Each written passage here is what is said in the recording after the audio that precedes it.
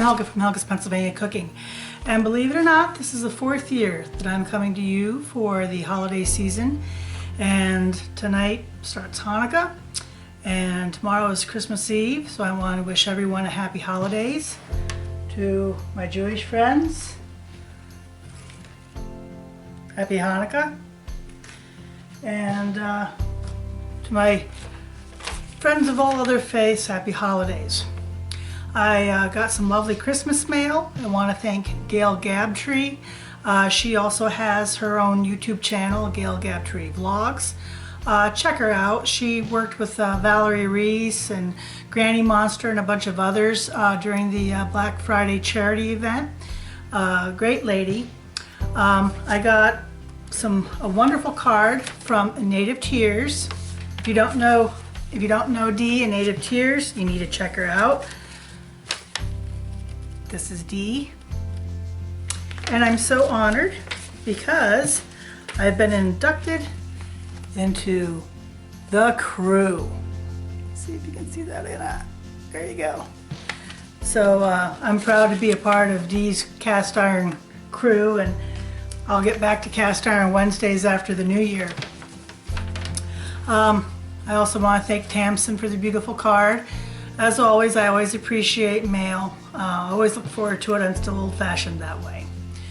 You know, the holiday season makes you think about traditions. And as I was making the Linzer cookies this year, I was thinking about some of my family's traditions. So growing up on the farm, we used to do bigger stuff Christmas Eve because you had chores first thing. You know, we were milking, it was a dairy farm, so you had chores first thing on Christmas Day. And if we could celebrate on Christmas, it was a big deal because my mother worked for a large company that required shift work over the holidays. So sometimes we had to celebrate, you know, not actually on the day, but when we could make the holiday. But the message in our hearts was still the same. So we used to do a big Christmas Eve, have the nice big dinner, and that's when, you know, we would have the candlelight church service and read the Christmas story from the Bible, have the nice dinner. We would exchange one present, and the rest were for Christmas Day, and watch our favorite Christmas movies. For me, it's A Christmas Carol. That and The Bishop's Wife are two of my all-time favorite Christmas movies. The Old Rudolph the Red-Nosed Reindeer and The Grinch Stole Christmas, the old ones, the cartoons, not this new stuff. Those are all some of my favorites, and in fact, the Disgruntled One and I just watched A Christmas Carol last night, the 1984 George C. Scott version, which is quite a good version. And then Christmas Day, oh, one other thing on Christmas Eve. So there's a legend that goes that when Christ was born and the angels came to Bethlehem and visited Mary and Joseph and the baby in the crib, that the animals all talked. And so on Christmas Eve at midnight, we would go to the barn and visit the animals and let them talk. So we always used to do that and take treats with us, and that was one of our traditions that we always did. And I can't do it every year, but I still like to do it when I can. And then Christmas Day, we would do chores, get milking out of the way and stuff, and then we would have a special Christmas brunch. Now, because this was back like in early 70s and stuff, it was harder to come by some of the, especially being rural, it was hard to come by the really good fruit in the winter, and like citrus and stuff. And my dad was very big about getting very good citrus from Hales Groves in Florida. And so there was always fresh citrus that was there for Christmas for our brunch, and then we would make things for our special Christmas brunch that you didn't normally get to have all year round. They were special meats and dishes that, you know, it was special, it was Christmas. And we would make a Christmas goose. I mean, we had our own poultry and stuff, so yeah, Christmas goose was pretty darn good.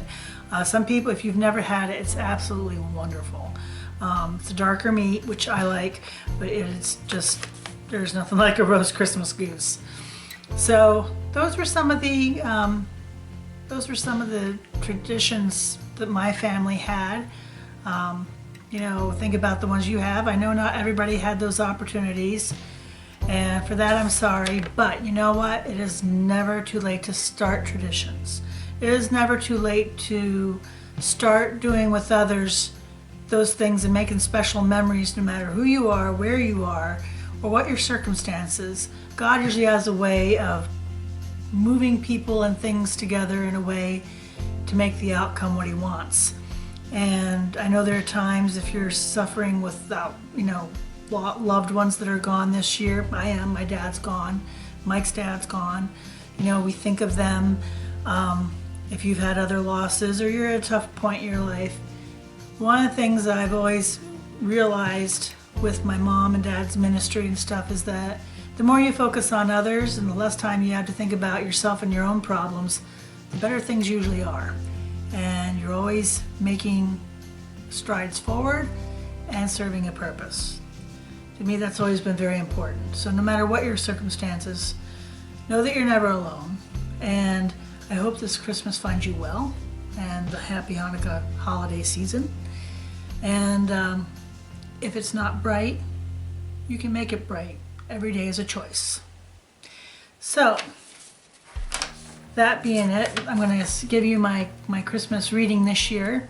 It's like the others, it's not the typical stuff. But I remember reading this back when I was a kid. My mom got Western Horseman magazine, and she used to train.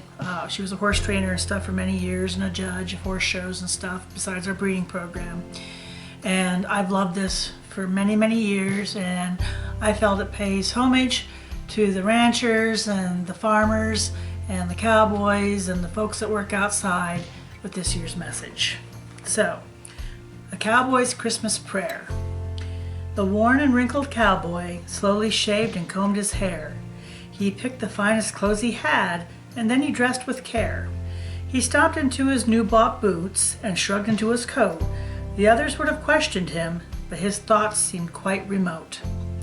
He stepped out of the bunkhouse and pulled his hat down tight, then climbed aboard his private horse and rode into the night. The single-foot and gelding ate the miles without a pause and seemed to know the rider had a most important cause. 20 miles on through the night, while the rider deep in thought, the stars came out to guide his way to the goal the ride had bought. His horse stopped on a gentle rise, though the rider pulled no rein, and the cowboy raised his head to stare across the quiet and lonely plain. He crawled down off the weary horse, loosed the cinch so it could blow, then walked a yard or two away and knelt down in the snow. He crushed his hat against his chest and raised his face up to the sky, and then he started talking like a friend was standing by. Lord, you see I rode a piece tonight, 'cause I knowed that you'd be here. Course you was at the bunkhouse too, but on this hill you seems near. As I look across this prairie and see the things you've made, why comparing things us men has done really puts 'em in the shade. I thank you for the love you show and everything you do, and I'm proud to be a top hand with a loyal, happy crew. I've still got all my fingers, my legs are bowed but tough, rheumatiz ain't touched my bones, and my mind is sharp enough. Your spirit gives me comfort, and I know that when I die, you'll let me rest forever at that bunkhouse in the sky.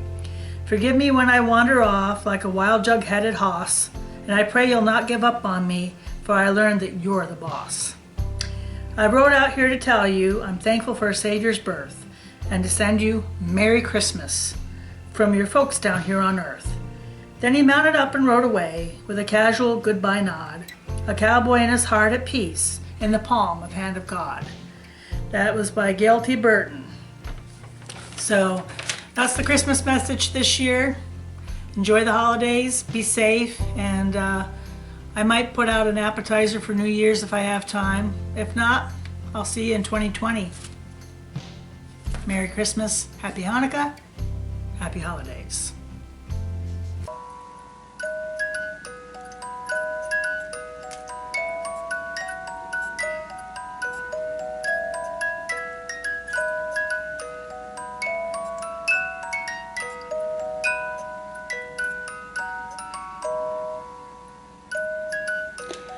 Just so you know, this music box was actually in my family for a long time was my grandparents. Just thought I'd share a little bit more of my family tradition with you.